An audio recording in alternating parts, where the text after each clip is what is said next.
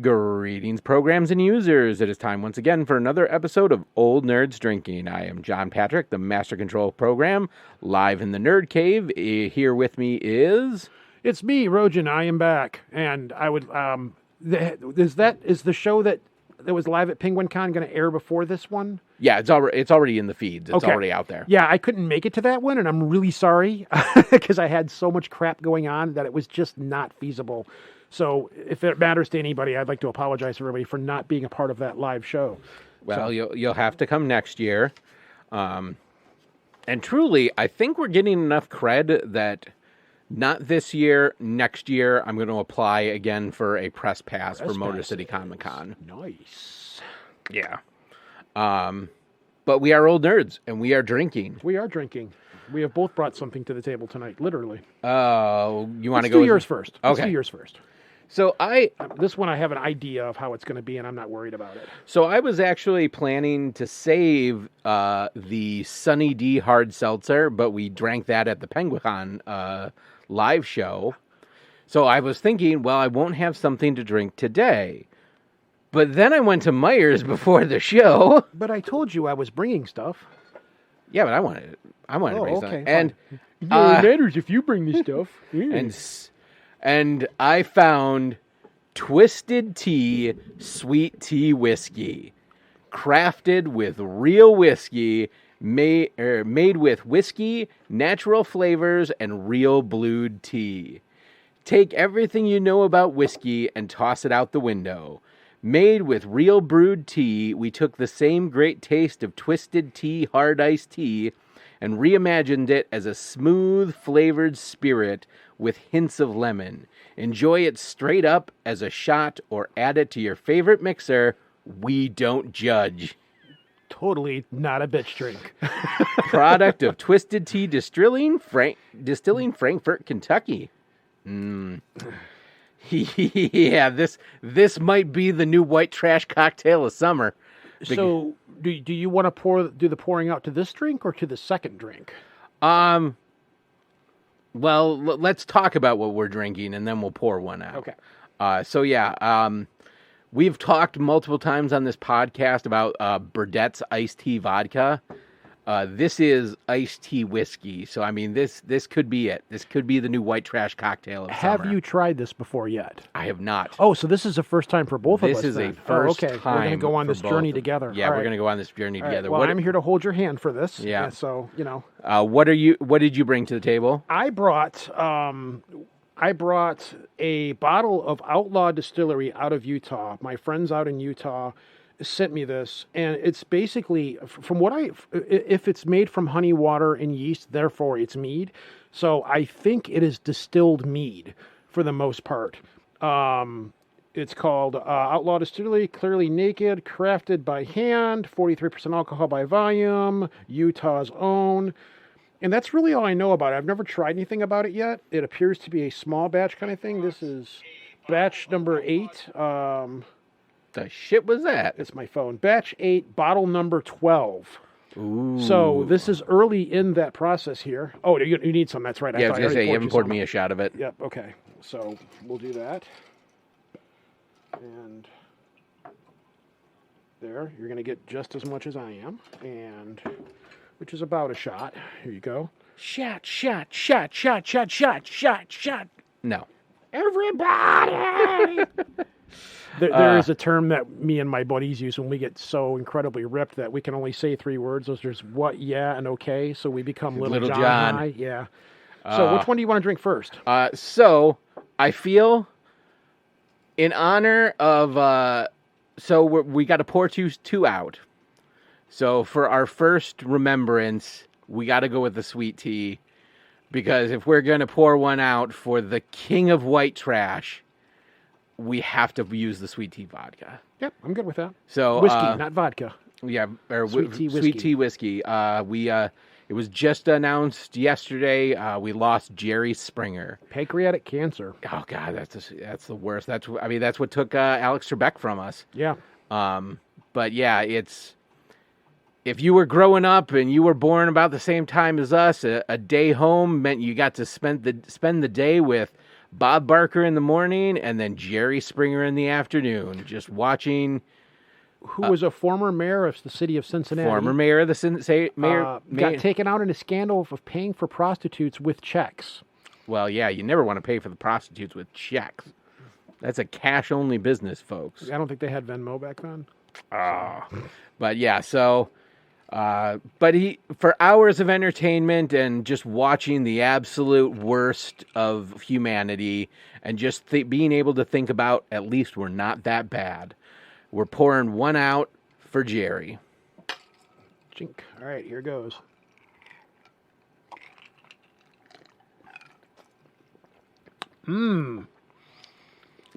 Little potent, but very smooth. Very smooth. There is a strange kind of aftertaste in there. It kind of tastes like I don't want to use the term plasticky, but do you taste it?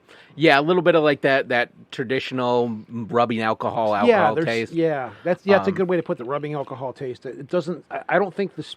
I would bet that the spirits that they actually used probably weren't the best of spirits. Well, and it just says whiskey, so it could be grain whiskey. I definitely think this would benefit from being cut with a little bit of water. Because even the Burdett sweet tea vodka, you didn't want to drink it straight. You wanted to drink it watered down with ice. But, I mean, you could still... Or just maybe the whiskey needs to be a little bit more filtered. Yeah. Maybe. I definitely would think... It's not bad. Yeah. It's not as good as our previous white trash cocktail of summer, which was the Natty Ice Pink Lemonade Vodka. No, I do believe the pink... I would definitely go for that over this. I would drink this if offered to me, but I would prefer the Natty Daddy... Natty Daddy. Which is strange saying that. So, it's one of those things, I guess. Oh, yeah. Try this and cut it with ice a little bit. Okay. Or cut it with a little bit of water. I love how your cup says probably whiskey. Nah, I think I like it pure strength a little bit better. But I'm wondering, what would be a good mixer with, would this work in a Long Island iced tea, even though a Long Island iced tea doesn't actually have whiskey in it? So, I think a good mixer for this would be maybe like a little bit of sour mix, something a little more lemony. Yeah, that would do it. Or just do a dirty Arnold Palmer. Just do this with like a little bit of the Country Time lemonade. Yeah. Yeah. That would work. That would be good. I maybe wouldn't go half and half, but just a little bit of that, especially that the tartness of the lemon and the lemonade, I think would go a long way with I think that'd be real good with it. Because just to water it down, it removes from the actual flavor of the tea itself. Or there's always the option of just mixing it with iced tea. Yeah, but I don't know if that would do it. I think the dirty Arnold Palmer would be a lot better. But now the next person we have to pour one out for is we just earlier this week we said goodbye to Harry Bellefonte. 92 years old. He had a good long run. He did. Most people my age will know Harry Bellefonte from the Banana Boat song in Beetlejuice and Shake Sonora at the end. But he was a very prolific singer and actor. I actually remember him from The Muppet Show. And the episode where he hosted The Muppet Show is honestly one of my favorite episodes. Every episode of The Muppet Show was one of your favorite episodes. This one stands out. And it stands out particularly for one of the numbers he did to close out the show. But before we talk about that, what are we drinking for Mr. Bellefonte? This is the Outlaw Distillery stuff that I talked about earlier. Got the honey, I'm not sure what you would call it. A little stronger. So we don't have some rum to work all night for a drink of rum. But Harry Bellefonte, this one's for you. Yep. Clink. All right, let's see what this stuff tastes like. Ooh. That is potent. It's potent but smooth. It is. It doesn't burn that bad. It's actually it's not as sweet as I expected it to be. That I can say too. I expected it to be a little sweeter, but it is distilled, so you're going to lose some of that. It doesn't have the bite that vodka does, but it is very vodka-esque. Yeah, it's It's interesting. It doesn't taste like vodka. It tastes like something else, but you can definitely tell it's got some alcohol. It's got some thickness to it too. Like the liquid is actually very thick. So it's almost I dare say a little bit syrupy. In the episode of The Muppet Show where Harry Bellefonte hosts, at the end of the show, he does a song that is a retelling of an African folk tale about the creation of the world. And it's a very heartfelt song, and they made special Muppets for it. And when he performed it on the episode, that was the first time he had ever performed it. And Jim Henson loved that song. And when Jim Henson passed, that was one of the 2 songs they performed at Jim Henson's funeral. They performed The Rainbow Connection, and then Harry Bellefonte performed this song that was called Turn the World Around. So when I close out the episode tonight, I'm going to play that song for him because it's a really great song with a really great message, and it resonated with me as a kid, and it still does kind of, and it's about where we come from, where we're going, and who we are, and trying to know other people who they are. So I just think it's rather poetic, and I hope that definitely it's something that they're playing at his funeral, but it's something I want to play for him at the end. And I don't really care if I get a strike for a copyright strike on it. Probably not. Yeah, for like all the dozens of our listeners. Dozens might be a little high, but no. I can comfortably say we literally have dozens of listeners. Don't you know who we are? we average. At this point, you probably have more listeners to your show than mine. We average on a good episode of first time listens about 20 to 25. So literally dozens. So yeah, there are 25 people in the world that find what we have to say. Last time I looked, for the last episode, there were 2 downloads in the UK. So we're international superstars, man. You know what? Even with my show, I used to do that too. I used to really get off on looking where the downloads were coming from and being like, why is somebody in Istanbul? Why do I have 50 downloads from Istanbul? You know, and then you remember that VPN blockers are a thing. Yeah. Why would somebody want to block where you're downloading your show from now? Well, considering your show kind of goes to the conspiracy crowd. No, not at all. Not at all. I am not a conspiracy guy. Not a bit. Those people would not find safe shelter at my place.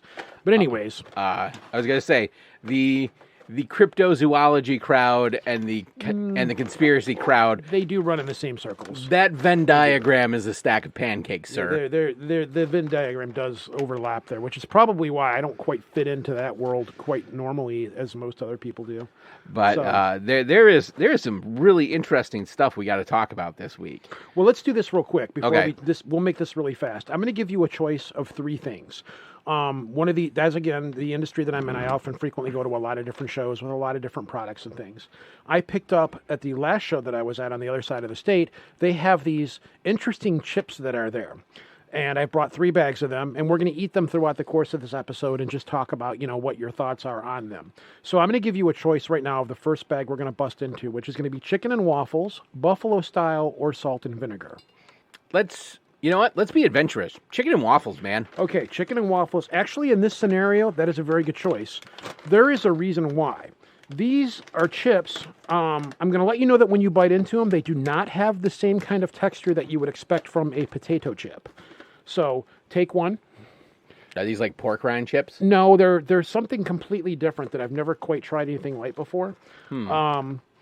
They are made from chicken breast. There is no potatoes in these whatsoever. I know, that's the raised eyebrows. It's a curiosity thing. Yeah. Last time we were having bad movie night in my backyard a couple of weeks ago, we were watching Italian Spider-Man and Mad Heidi, which, by the way, Mad Heidi is phenomenal.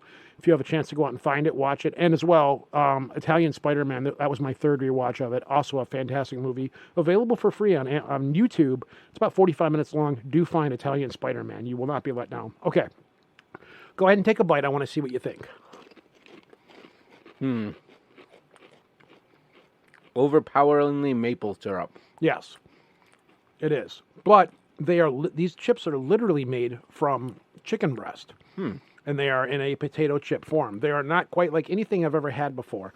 It's a little bit difficult to wrap your head around. But anyways, continue on and we'll try another chip here in a few minutes. I wanted to touch on this, that I had recently been suffering some computer bullshittery. I am there as well. Yeah. We recorded an episode about a month ago, and it was a really good episode, talking about a lot of cool stuff and tasting like some really cool booze. And that was the Swill episode, wasn't it? Oh yeah, that was the Swill. Yeah. The what was it? Grape flavor. Bootleggers. I brought these bottles. Same show where I got these. They had these bottles of alcohol there. They were like little, I don't know, half pints is what they were. Yeah, and those are half pints. They were extremely cheap, like gas station liquor store bottles of liquor. I think they were called Bootlegger or something like that. And we knew these were not going to taste good. And we drank each of them. There was 4 different flavors. They were bad. They were bad. And it sucks that we lost that episode. It's not so much that they were bad, it's that they weren't good. They would have been good mixed with like Sprite or something. Yeah, it was definitely the spiritual successor of the flavored pucker. Yes, and they were $1.95 a bottle. So that tells you right there. Yeah, that's your quality point right there. Yeah. So we talked about that. We talked about people who had abandoned successful jobs to pursue art and things like that. And right as we were wrapping up the episode, my computer restarted and just randomly it just shut down, restarted, and I was like, oh shit. So then I booted up Audacity hoping I would save it, and it saved it. So, but before I got a chance to, we were going to record the outro.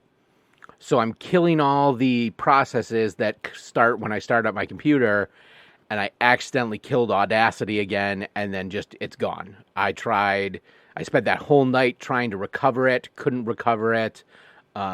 So that was a great loss. And this is where you get to say, I told you so, for not having a backup record of the episode. No, I'm not going to do that. I'm not that guy. I mean, this stuff happens when you're a podcaster. It just happens. It's happened to me several times. Yeah, so we will, probably before the next episode, I'm going to re-configure how I have the record set up so we can incorporate a backup record so that never happens again. But then, a couple of days later, I was trying to log back into my computer and found out that my Windows login had been corrupted. And when you are the only login on your computer and you don't have a second administrator set up, that really fucks up your computer and ended up having to reinstall Windows. So, but the good thing is, after I completely reinstalled Windows, the way I run my computer, I have secondary hard drives and externals. Those house the important stuff. So all that was saved. No. The porn's on thumb drives in case you gotta, if like the cops are raiding and you gotta swallow it to destroy it. You want it on a thumb drive. Oh my God, I would pay money to watch you swallow a thumb drive. It doesn't have to have porn on it. I would just, Well, I was good. But there would be a bonus if it had goat porn on it. Yeah, it's either that or just a little bit of thermite destroys it forever. Who has thermite? Never mind. You might actually have thermite laying around. The cyberpunk in me says the cops don't get shit. Oh God. We now have this is going to paint a target on both of our houses. We're going to get raided next week. They're going to send the Pinkertons after us. You know where I'm going with this. Segue. So yeah, there's been some news in the nerd community. To be fair, To be fair.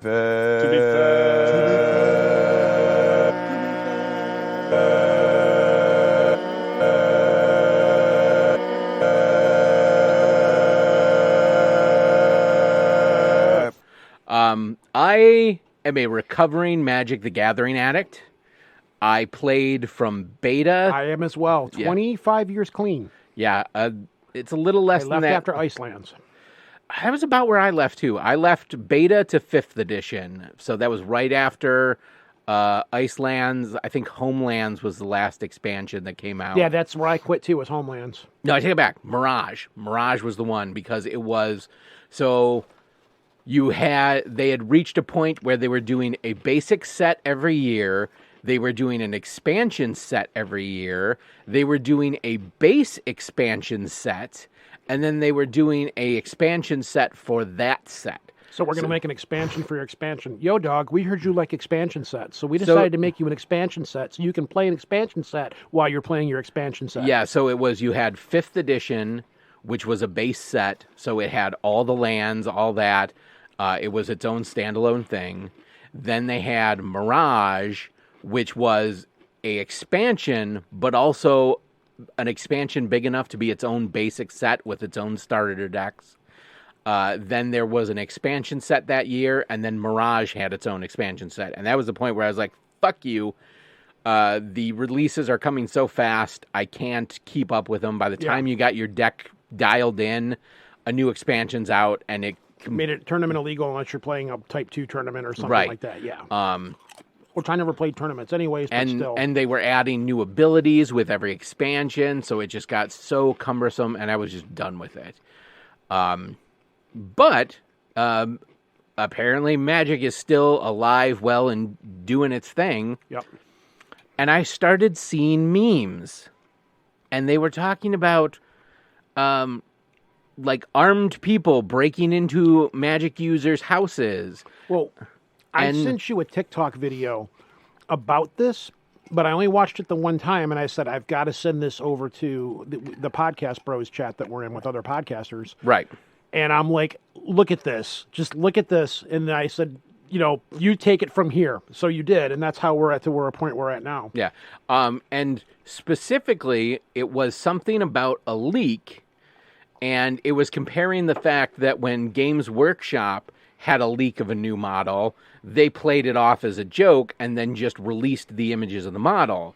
But when there was a leak of something to do with Magic the Gathering, and Wizards of the Coast sent armed police officers to somebody's house. Well, from what I understand... Well, hold on. Okay.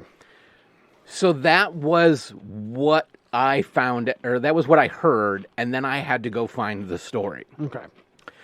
So there is the most recent release in Magic the Gathering is an expansion called Rise of the Machine. It's the new expansion set. And there's a forthcoming companion expansion set to that called Rise of the Machine Aftermath. And a person, a YouTuber who reviews Magic the Gathering stuff, somehow got a copy of the forthcoming set. They sent it to him. Well, no. By mistake. No. It was supposedly they had sent it to the place where he bought it from mistake. Okay. And he bought it from his dealer. Yeah. If you want to know why we call it card crack. Yeah. If you want to know why they call it card crack, it's because we get it from a dealer. And so, yeah, the dealer had somehow, if it was shipped to him by mistake, he didn't understand that it was something that shouldn't be released. He sold it to this YouTuber. The YouTuber got it, realized what it was, and then posted videos of him unboxing it and showing what the cards are. So, Magic the Gathering... WotC, Wizards of the Coast. Which is owned by Wizards of the Coast, which is Dragons. a subsidiary of Hasbro, hired the Pinkerton Detective Agency. Yeah, that Pinkerton Detective Agency, the one that I only know exists pretty much exclusively from playing Deadlands and Red Dead Redemption. And they sent armed detectives to this man's house, apparently made implied threats that he could be arrested, that they could call the sheriff's office, he could face imprisonment, he could face fines up to $200,000 if this YouTuber did not hand over not just what he had bought, but every Magic card he had. So, his entire collection, so they could make sure that they had gotten everything. And the gentleman complied because, when armed thugs come to your door with guns, yeah. That was what armed implies. Yeah, I know. Yeah. I get it. But when armed thugs come to your door, you're kind of motivated to comply. He said he reached out to Wizards of the Coast and explained what was going on. And Wizards of the Coast offered not to return what they had taken from him, but to compensate him in product. Like, literally, yeah, we realized this was kind of a dick move. We'll send you a couple of booster packs as an I'm sorry. But they didn't give him his original cards back? No. Why did they not give him his original product back, his original cards? Because that's still evidence, using the air quotes, in their investigation. All of this was umbrellaed under Wizards of the Coast had Pinkertons engaged in an investigation to find missing product that was released ahead of time. So yeah, like we've all heard stories of companies doing dickish things to protect their IPs and sending threatening letters, but this is, honest to God, I believe, the first case of them sending armed thugs to someone's house to intimidate and take their things. I heard mentioned in one of the articles that the reason the Pinkertons came armed was there was a suspicion that the person in question may have had guns. They had no proof, but this is insane. This is just fucking insane. Wizards of the Coast, if you are listening, first of all, thank you for D&D. Thank you for saving it. However, eat a gigantic bag of fucking dicks. Like, fuck you, fuck your practices, fuck your company, fuck Magic the Gathering, fuck the Pinkertons, and just everything about this, fuck you. You could have handled this so many other ways. Mentioning Game Workshop, there have been high-profile events or cases where their shipping center has accidentally shipped out product that was not yet scheduled to be released. Like, I ordered this model that is an old model, and there is a new version of that model coming out. And somebody at the warehouse accidentally shipped the new version of the model. So before they were ready to release it, some guy got it and was like, hey, look what I got.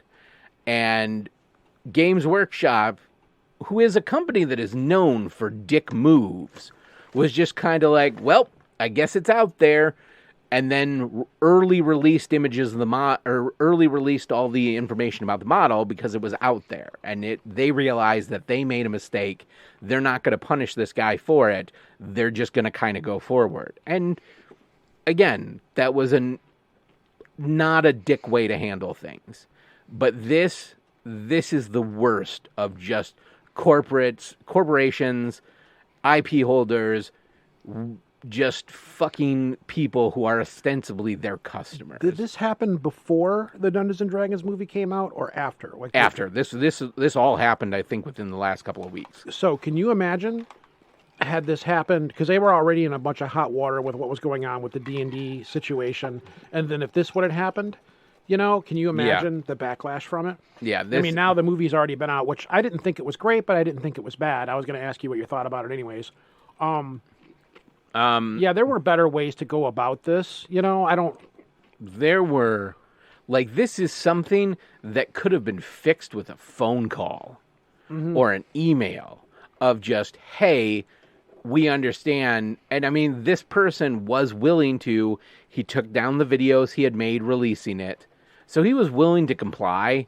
Yeah, there were so many easier ways they could have done something and not been scumbags about this. Yeah. But they went full scumbag. Which flavor would you like to try next? Buffalo chicken or salt and vinegar? Give me salt and vinegar. Okay. Yeah, I was, when I saw that, I was just like, is this a joke? Is this for real? Like the idea of armed people busting down your door to get Magic the Gathering cards. It just sounds a little insane. Yeah, there is no reason to send armed agents to intimidate somebody over a product, over a game release. Yeah. That and the fact that the guy bought it from his dealer. He bought it from his gaming store, wherever the heck he bought it from. It wasn't like he went out and bought these illegally or whatever. So the fault would fall It was on... not he broke into a distribution center, got this through nefarious means, and released it on the internet as a personal fuck you to Wizards of the Coast. Mm-hmm. It was, hey, I got this cool thing. I'm going to show off this cool thing. And of course, Wizards of the Coast has no comment, admits no wrongdoing, and just exists because they know, people will buy our shit. We don't care. Now, I'm not as up on this stuff as you are. Have you seen any reaction from the community at all? Or are people going, I mean, outside of the memes and stuff, are people going into chat rooms or, saying, hey, these people are terrible? Or... I don't know. I am very far removed from the Magic community. It's just, when you are a drug addict and you stop your drug habit, they recommend you go through a process they call breaking up with your dealer. And so I sold all my cards and I got nowhere near the amount of money they're worth or what I put in. See, this is a thing. Like, I go to game stores and I will see cards that I knew I had dozens of in the display cabinets with multi-$100 price tags and think, I sold my entire Magic the Gathering collection for, I think, $500 worth of store credit to the Pack Shack. And that place was good for that. Yeah. That place was good for, we know it's not worth it, but, take it or leave it, Yeah, I mean, with anything, it's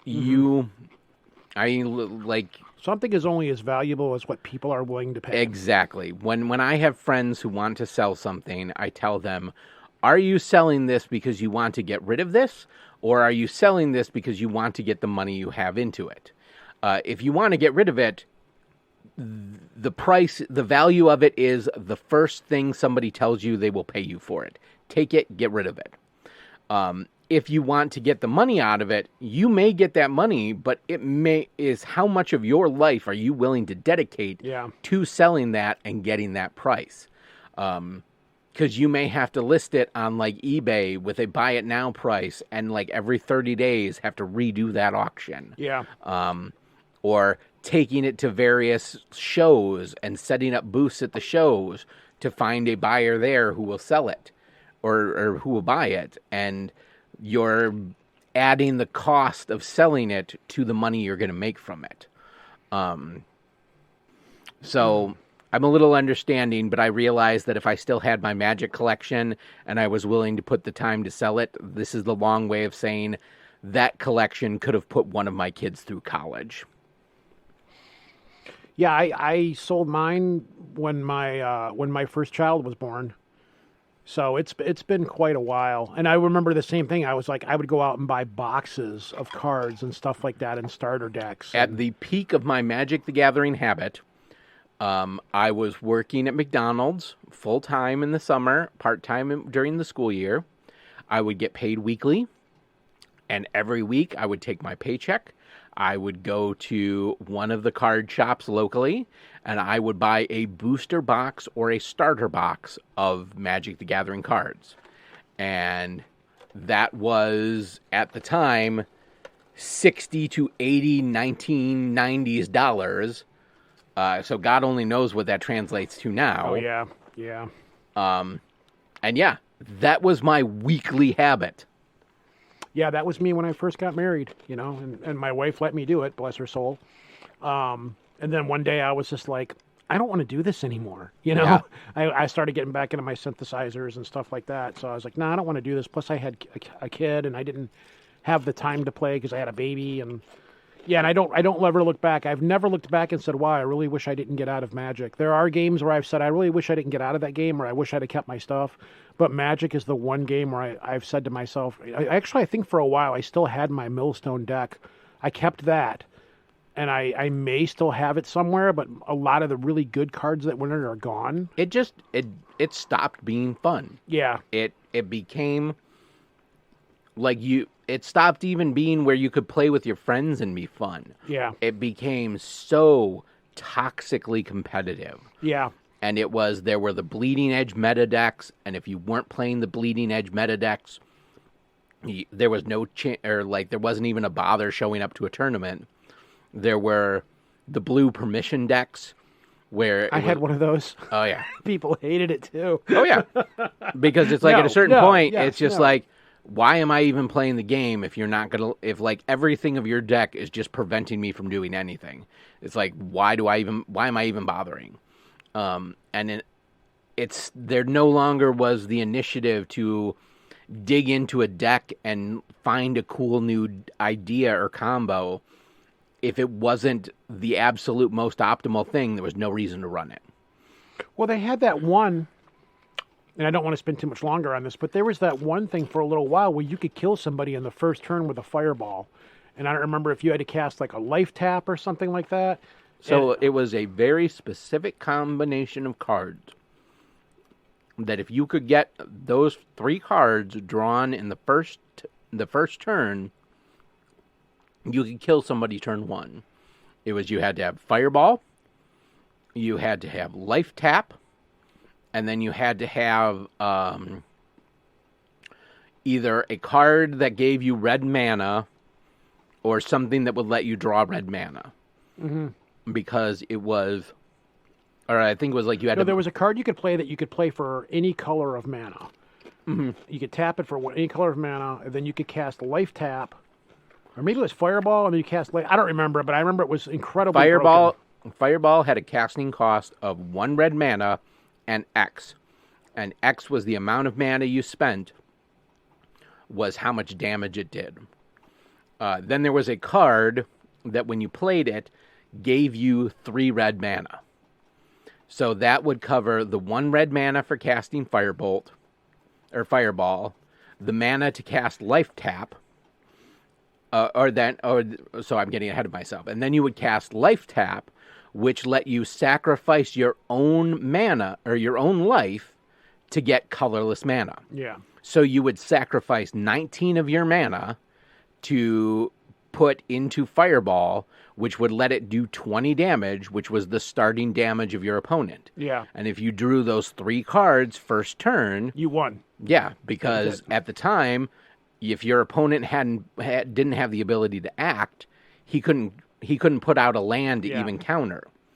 Well, then, to prevent that, in one of the expansions, they had blue mana counterspell cards where you could cast them by sacrificing cards in your hand. So that completely changed the dynamic of the game, because now your opponent could counter your first move, even if you played first. And, yeah. If your deck was set up to be able to do that. Right. Yeah, it sucked.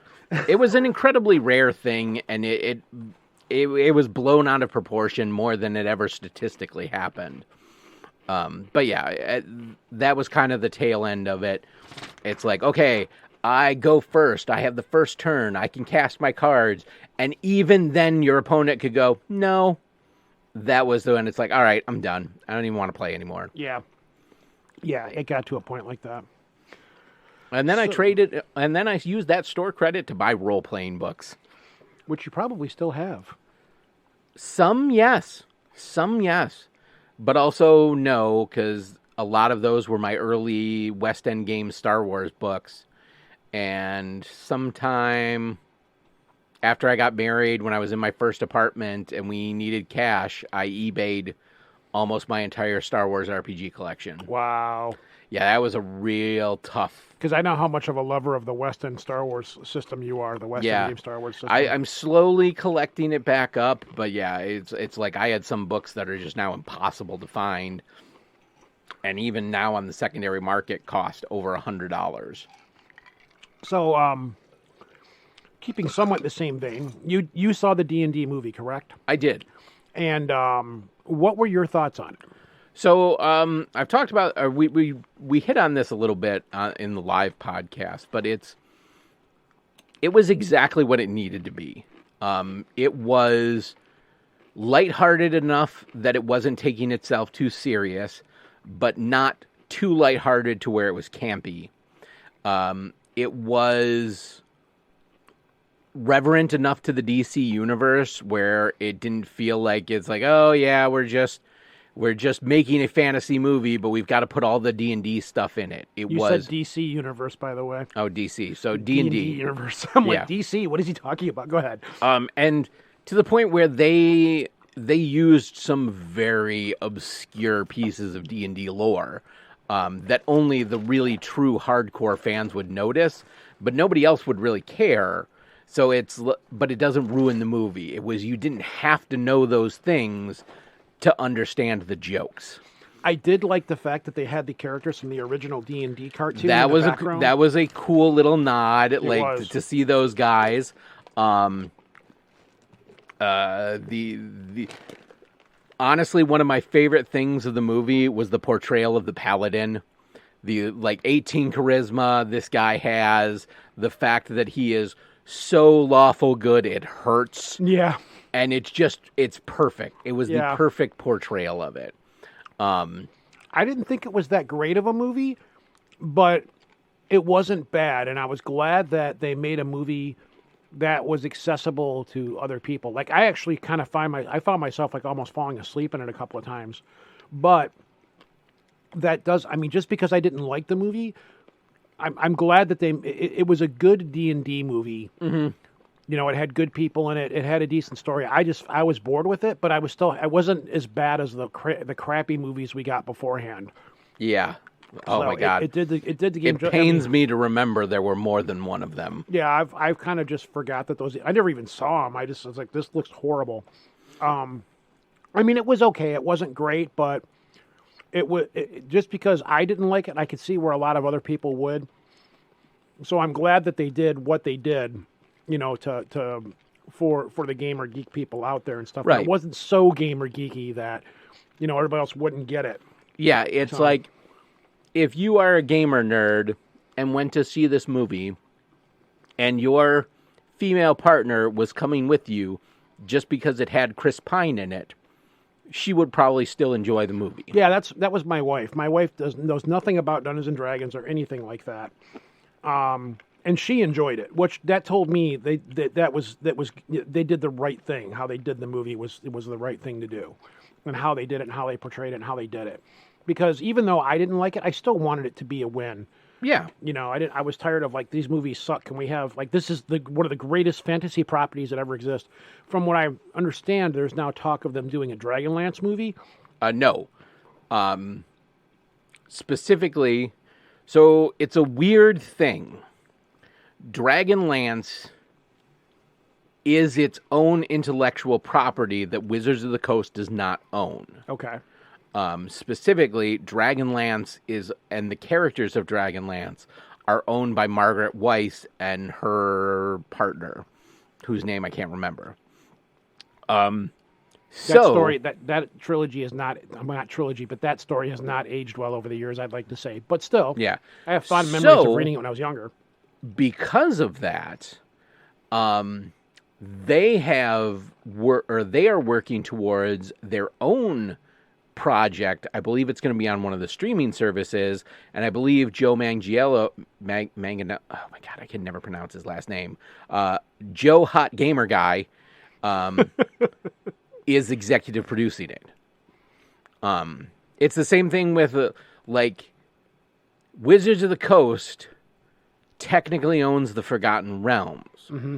However, you will notice that even though their movie was set in the Forgotten Realms, the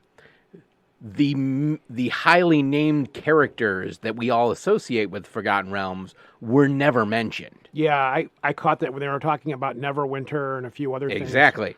They didn't... I think they may have... But there's also been talk of a Drizzt movie coming, too, though. Yeah, because D&D, while Hasbro may own the Forgotten Realms, they don't own the characters. R.A. Salvatore owns Drizzt. So if you want to make a movie, you have to have the permission of Hasbro, and you have to make the permission of R.A. Salvatore. Elminster and a lot of That the was other... my next question. Yeah, those are owned by Ed Greenwood. Ed Greenwood created the Forgotten Realms. And I think, I think he got a thank you in the credits, I don't think he was compensated at all for this. Because due to the fact that he created the game world under license for D&D, he didn't retain ownership of the game world. He retained ownership of the characters. Yeah. That's why when 3rd edition D&D came out, when they did the Forgotten Realms, it was the time shifted forward 100 years. There was a great cataclysm. All the well-known characters were all quietly phased out. I would see an Elminster movie. I would see a Dritz movie too.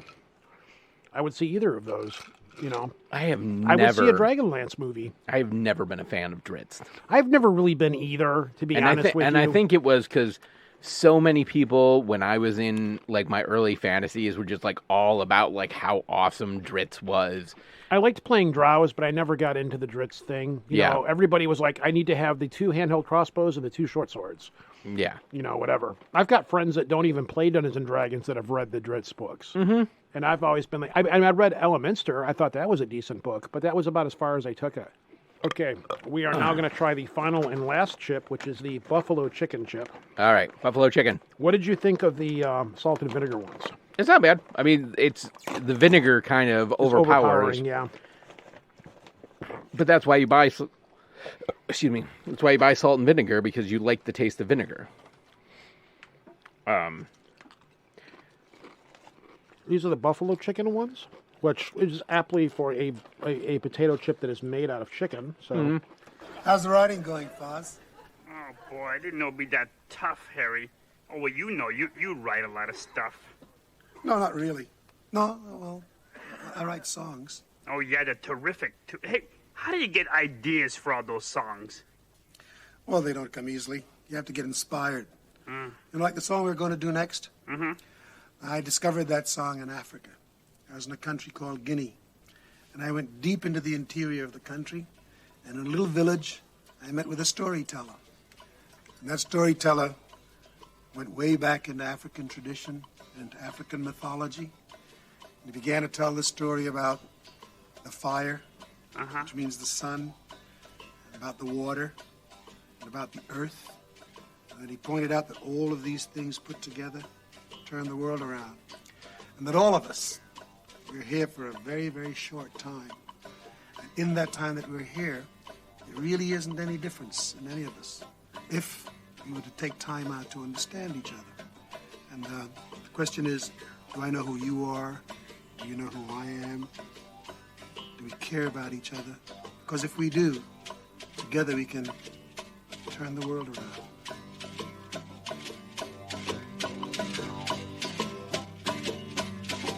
We come from the fire, living in the fire. Go back to the fire, turn the world around. We come from the fire, go back to the fire, turn the world around. We come from the fire, living in the fire. Go back to the fire, turn the world around.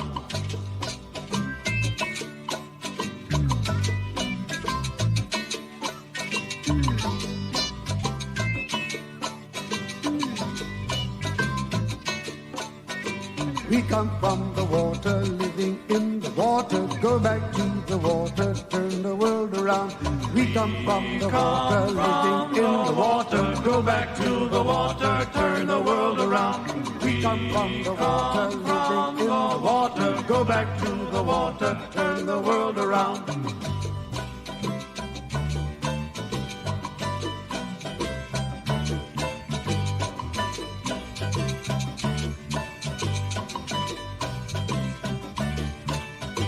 We come from the mountain, living on the mountain. Go back to the mountain, turn the world around.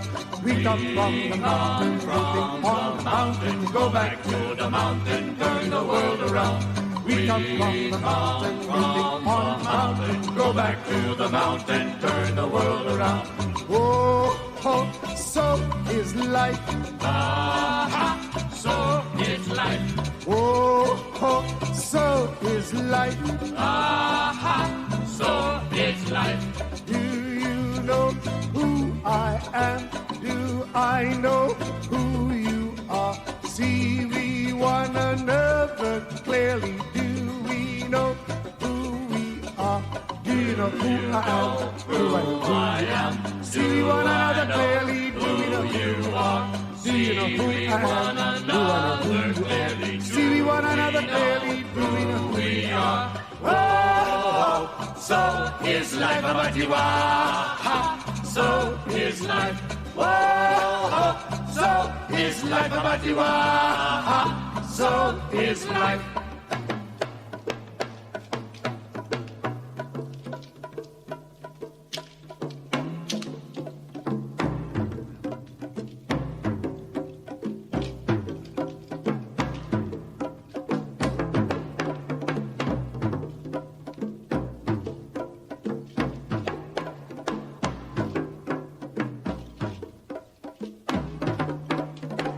Water make the river wash the mountain. Fire make the sunlight turn the world around.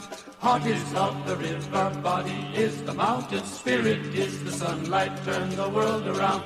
We are of the spirit, truly of the spirit, only can the spirit turn the world around. We are of the spirit, truly of the spirit, only can the spirit turn the world around. Do you know who I am? Do I know who you are? See we one another clearly. Do we know who we are? Do you know who I am? Do I know who we are? See we one another clearly. Do we know who we are? Do you know who I am? Do I know who you are? See we one another clearly. Do we know who we are? Whoa, so is life about you are. So is life. Whoa, so is life about you are. So is life. Whoa, so is life about you are. So is life. Whoa, so is life about you are. So is life. Whoa, so is life about you are. So is life. Whoa, so is life about you are. So is life. Well, it's been such a great show that we can hardly bring ourselves to end it. And we all know who we have to thank for that. The scriptwriter. No, the guest star, Fuzzy. And so thank you from all of us, Mr. Harry Bellefonte.